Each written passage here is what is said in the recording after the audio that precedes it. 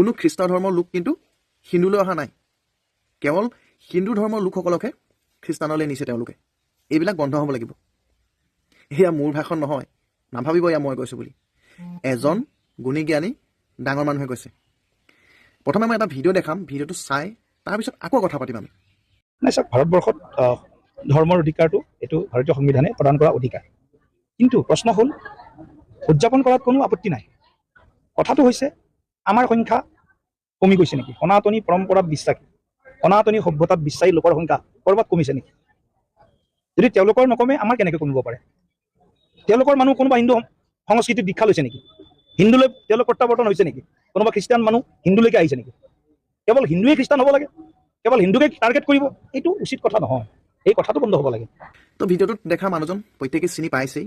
এইজন হৈছে বিজেপিৰ সভাপতি। তেওঁ যিখিনি কথা কৈছে ঠিকে কৈছে। আমাৰ হিন্দু মানুহখিনিহে খ্ৰীষ্টান ধৰ্মলৈ গৈছে। কিন্তু কিয় গৈছে সেইটো ভাবিব লাগিব। মই এজন হিন্দু ল'ৰা, মই হিন্দু ধৰ্মৰ বিষয়ে কিমানখিনি জানো, বা আমি কোন ভগৱানক পূজোঁ, কোনজন ভগৱানৰ নাম লওঁ, আমি কি দেখি আহিছোঁ সৰুৰ পৰা। মই কেৱল অসমখনৰ কথাহে ক'ম, মই গোটেই ভাৰতবৰ্ষখনৰ কথা নকওঁ। আমি কি দেখি আহিছোঁ, কি শিকিছোঁ। আমি নামঘৰত জয় শ্ৰীৰাম বুলি কেতিয়াও নিচিঞৰোঁ। ভগৱান নিৰাকাৰ, সেয়েহে হয়তো নামঘৰত থাপনা পাতে, তাত কোনো মূৰ্তি নাথাকে। প্ৰত্যেকজন অসমীয়াৰ নামঘৰত ভগৱান শ্ৰীকৃষ্ণৰ নাম লোৱা হয়। ধৰ্মগুৰু হিচাপে শ্ৰীমন্ত শংকৰদেৱ, মাধৱদেৱৰ নাম লোৱা হয়। কিন্তু জয় শ্ৰীৰাম ধ্বনি আমি ক'তো নিদিওঁ। বাৰু সেইবোৰ পিছৰ কথা। খ্ৰীষ্টান ধৰ্মত যিমানখিনি দেখিছোঁ বা যিমানখিনি বুজি পাইছোঁ, তাত সৰু সৰু কিতাপবিলাক দেখিছেনে আপোনালোকে? তাত ধৰ্মীয় কথা বা তাত এটাও বেয়া কথা লিখা নাথাকে। পঢ়িছোঁ, মই বহুবাৰ পঢ়িছোঁ। তাত এটাও বেয়া কথা লিখা নাথাকে। তাত ধৰ্মীয় কথা বা ডাঙৰক কেনেকৈ সন্মান কৰিব লাগে, কোনটো পাপ, কোনটো পুণ্য, এইবিলাকে লিখা থাকে। সেইবিলাক শিক্ষা আমাৰ হিন্দু ধৰ্মত কেতিয়াও দিয়া হোৱা নাই। কোনোবা এটা হিন্দু সংগঠনে তেনেকুৱা এটা পদক্ষেপ লৈছেনে যে হিন্দু ধৰ্মৰ গোটেই কাহিনীখিনি, হিন্দু ধৰ্মৰ প্ৰচাৰ খ্ৰীষ্টান ধৰ্মৰ নিচিনাকৈ কৰিছেনে, কৰিব পাৰিছেনে? হিন্দু ধৰ্মত এতিয়া একাংশই দাদাগিৰি কৰিবলৈ আহিছে। তো কিছুমান মানুহ সেয়েহে হিন্দু ধৰ্মৰ পৰা আঁতৰি খ্ৰীষ্টান ধৰ্মত স্থান লৈছে। কিয় জানে? একাংশ লোক আছে ধৰ্মৰ নামত বা দান দক্ষিণাৰ নামত বহু টকা খৰচ কৰি দিয়ে। কাৰণ বিশ্বাস, নিজৰ ধৰ্মটোৰ প্ৰতি বিশ্বাস থাকে। আজি এজন পণ্ডিতক চোৱাবলৈ গ'লে তেওঁক দান দক্ষিণা দিব লাগে। কোনোবা এটা মন্দিৰত গ'লে 500 টকা দিব। অনলাইনত শৰাই হৈ যোৱা মন্দিৰো আজিকালি ওলাই গ'ল। ভাবি চাওক, কেৱল পইচা। ভগৱানে জানো পইচা খোজে? কেতিয়াও নোখোজে। কিন্তু খ্ৰীষ্টান ধৰ্মত কি কৰি আছে?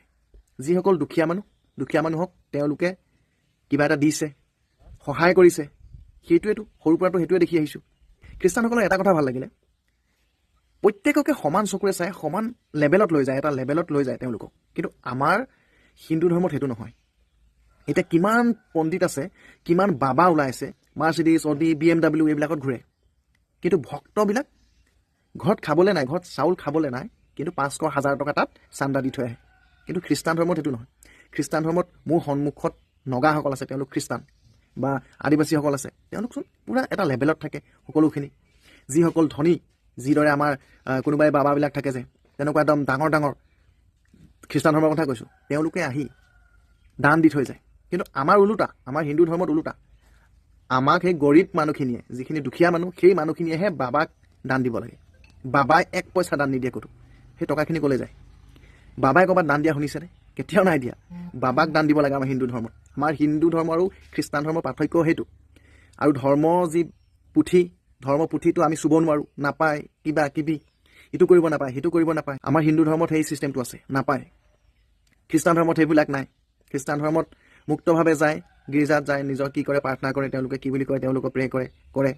কিন্তু আমাৰ হিন্দু ধৰ্মত কিমান ভাগ আছে আপোনালোকে ভাবকচোন, ভগৱান কিমান আছে ভাবকচোন। এতিয়া জয় শ্ৰীৰাম এইখিনিয়ে চিঞৰি আছে, যিখিনি UP, বিহাৰ, দিল্লী আছে, মানুহখিনিয়ে জয় শ্ৰীৰাম ধ্বনি দিয়ে। এতিয়া এনেকুৱা হৈছে, এতিয়া আল্লাহ আকবৰ যে চিঞৰে, যে পাকিস্তানত হওক বা যিখিনি এই তালিবান এৰিয়াত যে চিঞৰে আল্লাহ আকবৰ আৰু কিবা কিবি চিঞৰে যে, তো একেই লাগে, গম পায়নে? এই জয় শ্ৰীৰাম এটা ধ্বনি দিয়ে, একদম শ্লোগান দি হালা কৰে যে, বয় বস্তু ভাঙে, জ্বলায়। তো তেতিয়া সিহঁতৰ আৰু আমাৰ এই মখাৰ মাজত একো পাৰ্থক্য নাথাকে। হিন্দু ধৰ্মতো তেনেকুৱা নহয়। হিন্দু ধৰ্মত তেনেকুৱা নহয়। ৰামক বাপেকে বনবাস দি দিছিলে, 14 বছৰ বনবাস খাটি আহিছিলে চুপচাপ, বিনা কাৰণত। তো এতিয়া যিসকলে জয় শ্ৰীৰাম ধ্বনি দি খ্ৰীষ্টান ধৰ্ম বা মুছলমান ধৰ্মক টাৰ্গেট কৰি আহিছে, তেওঁলোকৰ নিচিনা হোৱা হ'লে শ্ৰীৰামচন্দ্ৰ, তো বাপেককে মাৰি পেলালেহেঁতেন। তেতিয়া ইমান উগ্ৰ নাছিলে নহয়। নে হনুমান উগ্ৰ আছিলে? হনুমানে ভালকৈ বুজাইছিলে। হনুমানৰ গোটেই কাহিনীখিনি যিখিনি টিভিত দেখায় বা চিৰিয়েলত দেখায় বা যিখিনি লিখা আছে, আমি যিমানখিনি পঢ়িছোঁ বা দেখিছোঁ শিকিছোঁ, তাৰ পৰা কৈ আছোঁ মই। হনুমানে কেতিয়াও তৰ্ক বিতৰ্ক কৰিবই খোজা নাছিলে, কাৰণ তেওঁ ৰাম ভক্ত। সেই বান্দৰ সেনাখিনি, যিখিনি বান্দৰ সেনাই শ্ৰীৰামক সহায় কৰিছিলে সেতু বনাওঁতে, সেই বান্দৰ সেনাও এই ধ্বংসলীলা সৃষ্টি কৰা নাছিলে। বৰ্তমান সময়ত আমাৰ হিন্দু ধৰ্মৰ, হিন্দু ভাৰতীয় বুলি যে এবিধ প্ৰাণী ওলাইছে, পৰজীৱী বুলি কৈছে কোনোবাই পাইছোঁ, এই পৰজীৱীবিলাকে কি কৰিছে, ধ্বংস কৰি নিছে এফালৰ পৰা। দাদাগিৰি, ধৰ্মক লৈ দাদাগিৰি। তো এইবিলাকৰ কাৰণেই আমাৰ হিন্দু ধৰ্মৰ পৰা খ্ৰীষ্টান ধৰ্মলৈ মানুহবিলাক পৰিৱৰ্তন হৈ গৈছে, নিজৰ ধৰ্ম সলাইছে। আপোনালোকে মানে নেমানে সেইটো আপোনালোকৰ কথা, কিন্তু মোৰ দৃষ্টিত সেইটোৱে। এতিয়া আমাৰ সমাজখনত চাওক, আমাৰ সমাজখনত কি হয়, ধৰ্মগুৰু হিচাপে কাৰোবাক লৈ ল'লোঁ আমি, বাবা, আজিৰ যুগত বাবা বুলি কয়, বাবা এজন লৈ ল'লোঁ, সেই বাবাজনক আমি দক্ষিণা দি আছোঁ। আজিকালি আই বাবা এইবিলাক চলিছে, কোনোবাই এগৰাকী আই ওলালে, তেওঁ তাত আমি কি কৰিলোঁ, দক্ষিণা দি আছোঁ। সেই বাবা আই বসবাস কৰি থকা ঠাইখনত কোনোবা দুখীয়া মানুহ এঘৰত যদি খাবলৈ নেপায়, পেটত গামোচা বান্ধি যদি পৰিও থাকে, কিন্তু সেই মন্দিৰ ভাগৰ পৰা বা সেই বাবা আই যিসকল আছে তেওঁলোকৰ পৰা 5 পইচা এটা ওলাই নাহে। মন্দিৰৰ প্ৰসাদ বা কিবা এইবিলাকৰ বিনিময়ত সকলোৱে পইচা দিব লাগে, চান্দা দিব লাগে। অলপ দিনৰ আগলৈকে আপোনালোকে দেখিছিলে, ঠাইডোখৰ নাম নকওঁ বা মই, বা মন্দিৰ ভাগৰ নাম নকওঁ, অনলাইনত শৰাই দিয়া ছিষ্টেম এটা ওলাইছিলে। মানুহৰ বিশ্বাস এইবিলাক যে অনলাইনত মই 500 টকা দি দিলে একো নাযায়, মোৰ অনলাইনত শৰাই দি দিব, মোৰ ইয়াত সফল হৈ যাব, কিবা কিবি হৈ যাব।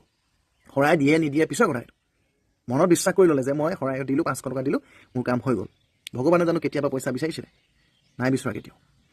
আৰু আমাৰ হিন্দু সমাজত কেতিয়াও ধনী শ্ৰেণীয়ে দুখীয়া শ্ৰেণীক কেতিয়াও সহায় কৰিব যোৱা নাই, মই কেতিয়াও দেখা নাই। এতিয়া বিহু হওক বা যিয়ে নহওক, যি এটা ফেষ্টিভেল আহিলোঁ, কিন্তু খ্ৰীষ্টান সমাজত সেই বস্তুটো নহয়। একতাটো মই খুব দেখিছোঁ, একতাটো খ্ৰীষ্টান সমাজতে নহয়, হিন্দুৰ বাদে, আমাৰ হিন্দু সমাজখনৰ বাদে প্ৰত্যেক ধৰ্মতে, প্ৰত্যেকখন সমাজতে একতাটো আছে। আমাৰ ধৰ্ম কেতিয়াও নাই। থাকিব কেনেকৈ? কোনোবাই বিষ্ণুক পূজা কৰে, কোনোবাই ৰামক পূজা কৰে, কোনোবাই শিৱক পূজা কৰে, কোনোবাই দুৰ্গা মাক পূজা কৰে, সকলোৱে বেলেগ বেলেগ। এতিয়া আমাৰ অসমৰে এতিয়া এজন মানুহে কৈ আছিলে যে আমি ট্ৰাইবেল হয়, আমাৰ ভগৱান ৰামচন্দ্ৰৰ লগত কোনো সম্পৰ্কই নাই, তেওঁলোকে তেওঁলোকৰ নিজৰ যি দেৱতা আছে তেওঁলোকক মানে। কথাটো সঁচা, মই আগতে কৈ গ'লোঁ, আমি নামঘৰত ভগৱান শ্ৰীকৃষ্ণৰ নাম লওঁ, কিন্তু শ্ৰীকৃষ্ণৰ মূৰ্তিভাগ নাৰাখোঁ তাত। শংকৰ সংঘৰ বুলি ওলালে শংকৰ সংঘৰ বা আমি যিখিনি বামুণীয়া বুলি কয়, তেওঁলোকেও শংকৰদেৱৰ নাম লয়, মাধৱদেৱৰ নাম লয়, শ্ৰীকৃষ্ণৰ নাম। অসমীয়া সমাজত পূজা পাঠ নচলেইচোন।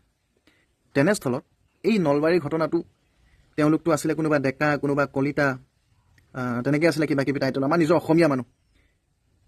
তেওঁলোকে কেতিয়াৰ পৰা ৰামক পুজিব ধৰিলে? এই শ্লোগানবিলাক বাহিৰত দিয়ে, ইউ পি, বিহাৰ, দিল্লী, এই চাইডৰ মানুহৰ কাৰণে। তেওঁলোকে ৰাম পূজা কৰে, ৰামক পূজে, তেওঁলোকে মূৰ্তি পূজা কৰে। কিন্তু আমাৰ অসমত খুব কম মানুহ আছে মূৰ্তি পূজা কৰা। প্ৰায়ভাগ অসমীয়া মানুহে নামঘৰত থাপনাত পূজা কৰে, য'ত নেকি ভগৱানৰ কোনো মূৰ্তি নাই, কোনো ফটো নাথাকে। যাক থাপনা বুলি কোৱা হয়, আপোনালোকে জানে, মই কোনো জ্ঞানী মানুহ নহয় আপোনালোকক যে মই বুজাবলৈ গৈ আছোঁ। মই যিখিনি জানো, মোৰ মনৰ কথাখিনিয়ে কৈ আছোঁ। মই এই ডাঙৰীয়াই যিখিনি কথা ক'লে, কাৰণটো মই দেখাব খুজিছোঁ যে কি কাৰণে আচলতে হিন্দুৰ পৰা খ্ৰীষ্টানলৈ যাব লগা হৈছে। একেবাৰে সহজত ক'বলৈ গ'লে, আমাৰ হিন্দু ধৰ্মৰ পৰা একো সঁহাৰি নাপায়, বা আমাৰ হিন্দু ধৰ্মৰ যিখিনি ধাৰ্মিক জ্ঞান, সেই ধাৰ্মিক জ্ঞানখিনি আচলতে হিন্দু ধৰ্মই দিব পৰা নাই। খ্ৰীষ্টানে যিদৰে দিছে ধাৰ্মিক জ্ঞানখিনি, সৰু সৰু কিতাপৰ দ্বাৰা বিলাই দিছে, বা যেনেকৈ হ'লেও দিছে, বা দুখীয়াক সহায় কৰিছে, আচলতে হিন্দু সমাজখনত সেই পৰিৱেশটো নাই।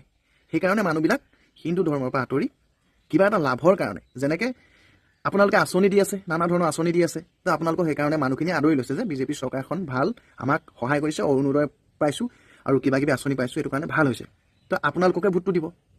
তো সেইদৰেই খ্ৰীষ্টানসকলেও তেনেকুৱাই কৰিছে, সহায় কৰিছে তেওঁলোকক, বা ধাৰ্মিকভাৱে জ্ঞান দিছে, ধাৰ্মিক জ্ঞান বা অন্য কিবা দিছে, তেওঁলোকক কিবা এটা পাইছে খ্ৰীষ্টান ধৰ্মৰ পৰা।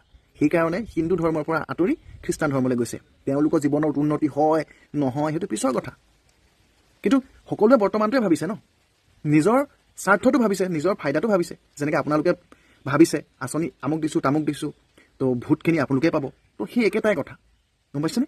আমাৰ হিন্দু ধৰ্মৰ পৰা সেই বস্তুটো পোৱা নাই, তো সেইকাৰণে হিন্দু ধৰ্মৰ পৰা, সনাতন ধৰ্মৰ পৰা আঁতৰি পেলানি তেওঁলোকে খ্ৰীষ্টান ধৰ্ম আঁকোৱালি লৈছে, বাকী একো নাই। ভিডিঅ'টো যোনে যোনে চাইছে শ্বেয়াৰ কৰি দিব আৰু মই কিবা ভুল কৈছোঁ নেকি সেই ভুলখিনি আপোনালোকে আঙুলিয়াই দিব আৰু মই শুধৰাবলৈ চেষ্টা কৰিম। ধন্যবাদ।